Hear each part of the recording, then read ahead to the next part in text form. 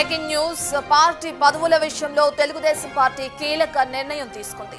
ఒక వ్యక్తి ఒక పదవిని 2 సార్లకు మించి చేయడానికి వీలు లేదంటూ సరికొత్త నిబంధన అమల్లోకి తెచ్చింది. ఈ విషయంలో ఆ పార్టీ జాతీయ ప్రధాన కార్యదర్శిగా ఉన్న లోకేష్ అనేక సందర్భాల్లో బహిరంగంగా ప్రకటించారు. ఈ క్రమంలోనే పార్టీ జాతీయ ప్రధాన కార్యదర్శిగా ఉన్న లోకేష్ ఆ పదవికి రాజీనామా చేసి ఎగ్జిక్యూటివ్ ప్రెసిడెంట్ గా బాధ్యతలు స్వీకరించే అవకాశం ఉంది. మండల అధ్యక్షులకు సైతం 3 సార్లకు మించి పదవుల్లో పనిచేయడానికి వీల్లేదంటూ టీడీపీ అధిష్టానం నిబంధన పెట్టింది. ఏ వ్యక్తైనా పార్టీలో 2 సార్లు, గ్రామ మండల స్థాయిలో 3 సార్లకు మించి పదవుల్లో ఉండరాదని పేర్కొంది టీడీపీ అధిష్టానం. అయితే ఏదైనా పదవిలో నిబంధనకు మించి పనిచేస్తే ఆ తర్వాత పోస్టు కన్నా వెళ్ళాలి లేదా కొన్ని రోజుల పదవులకు దూరంగానైనా ఉండాలని అధిష్టానం పేర్కొంది. ఈ విషయంలో మహానాడు వేదికగా కీలక తీర్మానం చేయనుంది తెలుగుదేశం పార్టీ.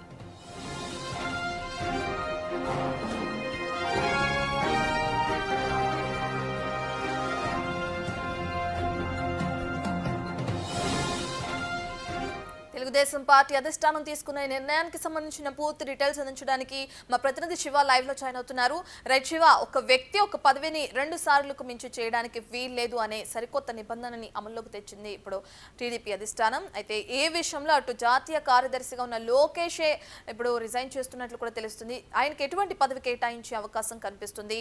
ఎగ్జిక్యూటివ్ ప్రెసిడెంట్ అంటున్నారు, ఆ బాధ్యతలు ఆయన స్వీకరించే అవకాశం ఉందా లేదా? నేను మహానాడులో తీసుకున్న నిర్ణయాలు ఏ విధంగా ఉన్నాయి, డీటెయిల్స్ ఏంటి? మొత్తం మీద చూసుకుంటే తెలుగుదేశం పార్టీ ప్రక్షాళన దిశగా కూడా కార్యాచరణ రూపొందిస్తున్నారు.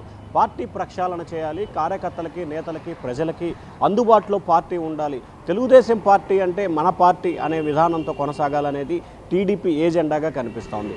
కార్మిక, కర్షక, ప్రజలకి అండగా ఉండాలనేది టీడీపీ నేతల ఎన్టీ రామారావు ప్రవేశపెట్టిన ఈ పార్టీని అప్పటి నుంచి కూడా అదే స్థాయిలో కొనసాగుతోంది. ఇప్పుడు తెలుగుదేశం పార్టీలో సీనియర్ నేతలు అయితే ఎవరైతే ఉన్నారో కొన్ని దశాబ్దాలుగా అదే పదవిలో వారు నిరంతరం కొనసాగుతున్నారు. ప్రధాన కార్యదర్శిగా, జాతీయ ప్రధాన సెక్రటరీగా, పొలిట్ బ్యూరో సభ్యుడిగా, పార్టీ అధికార ప్రతినిధి, ఇట్లా కొన్ని దశాబ్దాలుగా వారే కొనసాగుతున్నారు. తద్వారా కింద ఉన్న అంటే యువతకు కానీ లేకపోతే ద్వితీయ శ్రేణి నాయకులకు కానీ ఆ కింద ఉన్న క్యాడర్కి కానీ పదవులు వచ్చే పరిస్థితి కనిపించట్లేదు.